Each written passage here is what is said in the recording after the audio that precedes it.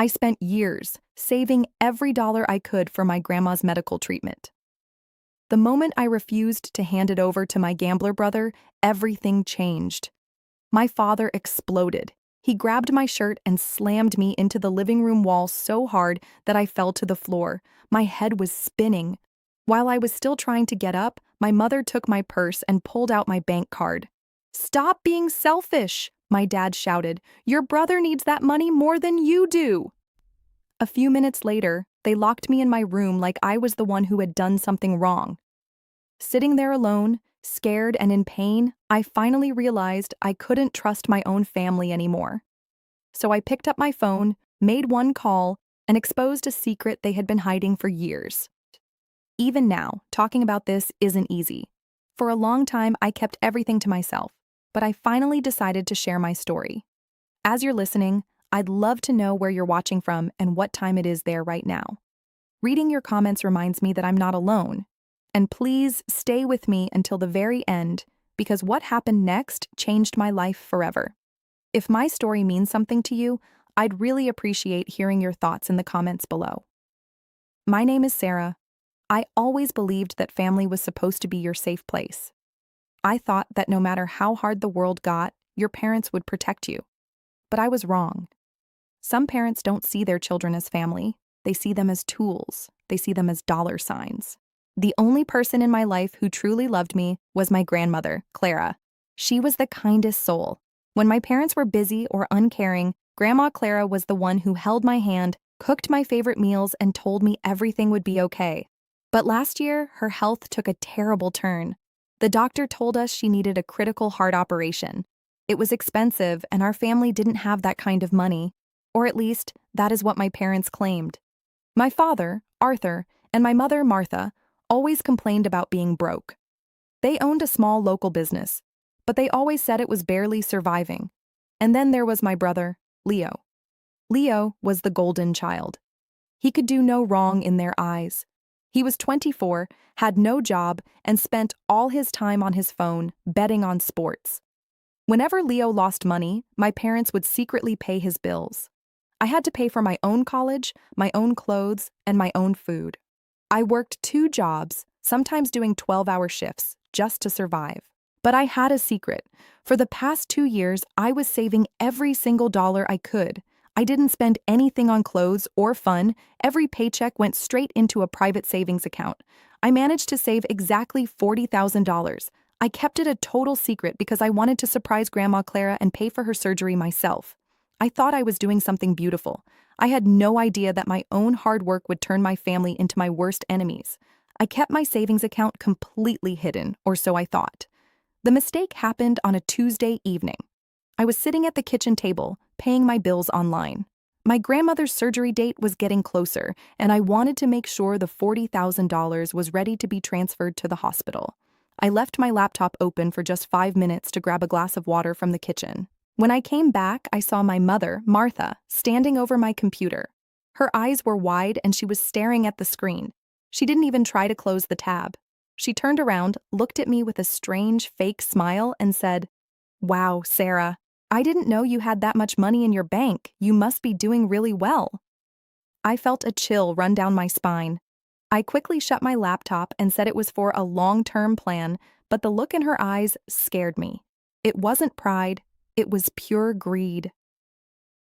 Later that night, I heard whispering downstairs. I walked quietly to the top of the stairs and looked down. My dad, Arthur, my mother, and my brother Leo were sitting in the living room. Leo was holding his head in his hands, looking completely panicked.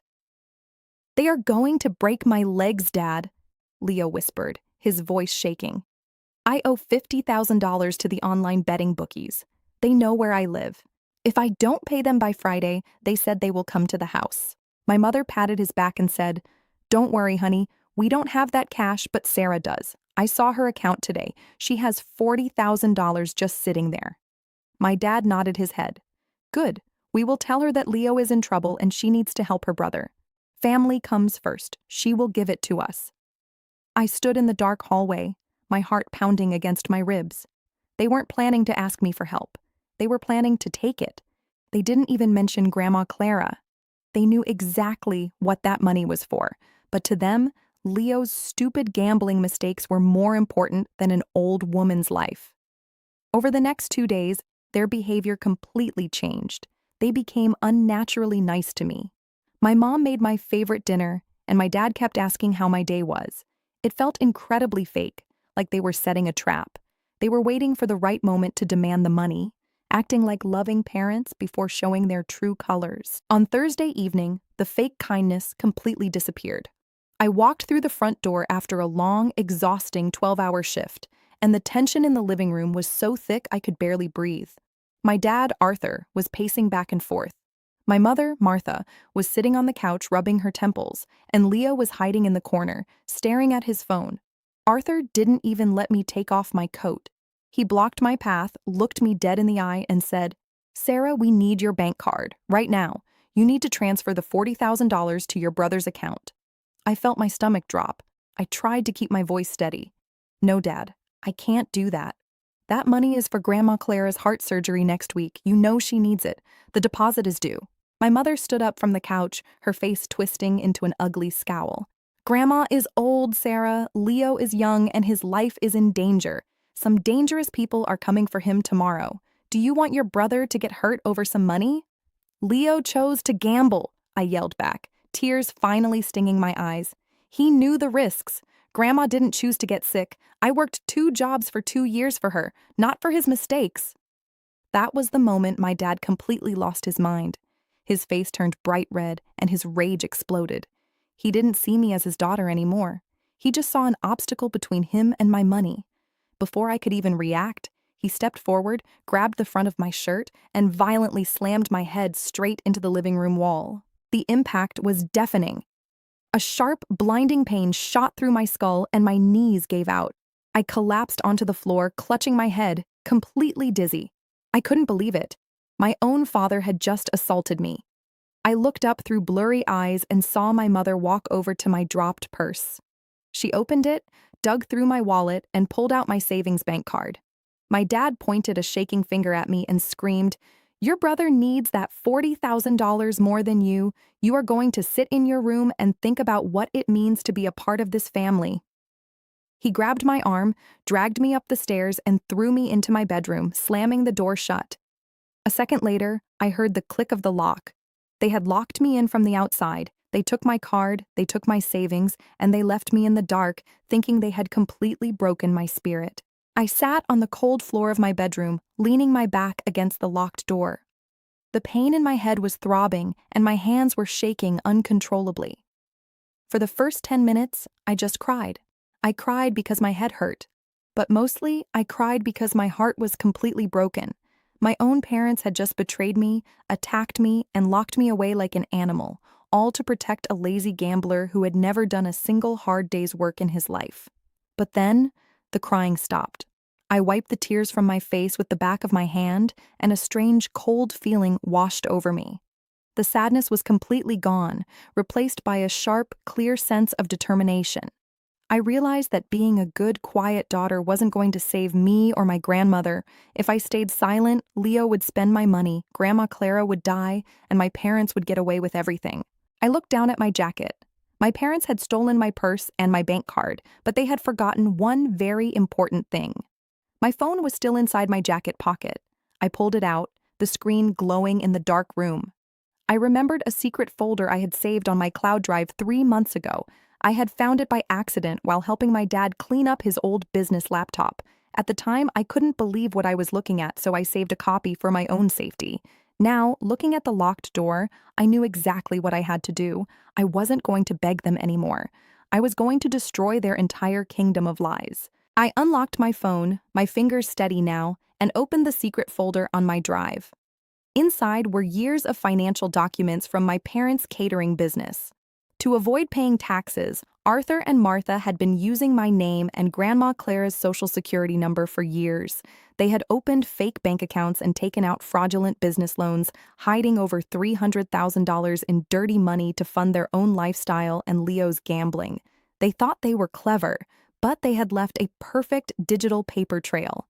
I took a deep breath and dialed the direct line for the IRS Fraud Division and the local police financial crimes unit. It was late, but I reached an emergency agent on duty. My voice didn't shake as I spoke. "My name is Sarah," I said clearly. "I am currently locked inside my bedroom by my parents after being physically assaulted because I refused to give them $40,000, but I am calling because I have full proof of major tax evasion, identity theft, and financial fraud committed by Arthur and Martha." The agent's tone instantly changed. I quickly emailed the link to the secret folder, containing every fake signature, tax document, and illegal statement. I also reported that my brother Leo was currently holding my stolen bank card, planning to use my stolen identity to pay off illegal bookies first thing in the morning. I told the agent everything, step by step. When I hung up the phone, I lay down on my bed and waited. For the first time in years, I felt completely safe. The next morning, the silence in the house was shattered. From my window, I watched 3 police cruisers and 2 unmarked government SUVs pull up to our driveway. Federal agents and local officers moved fast. Before my dad could even figure out what was happening, the police forced their way through the front door. I heard screaming downstairs. Arthur was slammed onto the living room floor and handcuffed right next to the wall where he had attacked me. My mother was sobbing, staring at the financial warrants in the agent's hands. At the exact same time, 2 officers arrested Leo at the local bank, catching him red-handed trying to use my stolen card and ID. Because I had provided the clear digital paper trail, the government froze all of my parents' illegal assets, but my $40,000 was legally protected and returned to me as clean income. Today, Leo is serving a 5-year sentence in federal prison for identity theft and grand larceny. Arthur and Martha lost their house, their business, and are completely broke, living in a cheap trailer, sending me letters begging for forgiveness. I just throw them in the trash. Grandma Clara's heart surgery was a complete success, and we now live peacefully in a beautiful, quiet apartment together. I saved her life, and I finally got my freedom.